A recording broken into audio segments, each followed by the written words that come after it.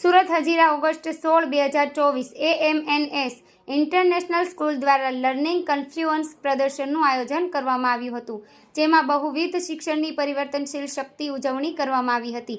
August 15, 2024 સ્વતંત્રતા દિવસના રોજ આયોજિત આ કાર્યક્રમ વિદ્યાર્થીઓના વિકાસ માટે શાળાની પ્રતિબદ્ધતાને પ્રતિબિંબિત કરે છે. જોકે 21મી સદીના પડકારો માટે તૈયાર છે અને વૈશ્વિક દ્રષ્ટિકોણ ધરાવે છે.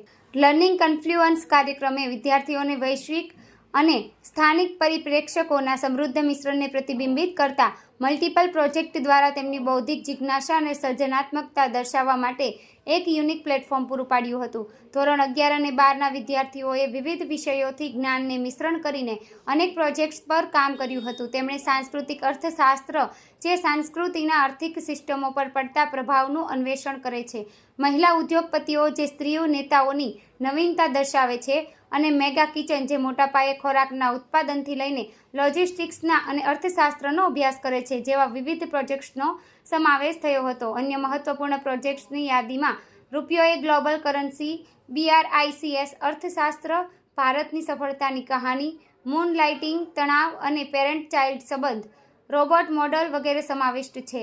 દિવસ દરમિયાન આયોજિત આ ઇવેન્ટને જબરજસ્ત સફળતા મળી હતી, જેમાં વિદ્યાર્થીઓ, માતા પિતા અને શિક્ષકોને દર્શાવેલી નવીનતા અને બૌદ્ધિક જિજ્ઞાસાની प्रेरणा मिली थी.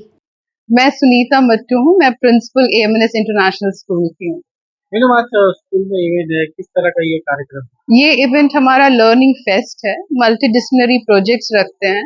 ऑब्जेक्टिव ये है कि बच्चे लर्निंग को एक फन माने और छोटे छोटे बेसिक कॉन्सेप्ट्स भी उनको क्लियर हो जाए, ताकि आगे जाके उनके जो इंक्विजिटिवनेस है, क्यूरियोसिटी है, वो इन्वेंटर्स बने, थिंकर्स बने एंड नेशन के लिए एक अच्छा नागरिक बन सके।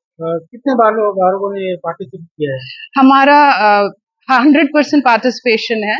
उसको डिफरेंट डेज में हम डिवाइड करते हैं। आज 1 से लेकर 4 स्टैंडर्ड के बच्चे पार्टिसिपेट कर रहे हैं।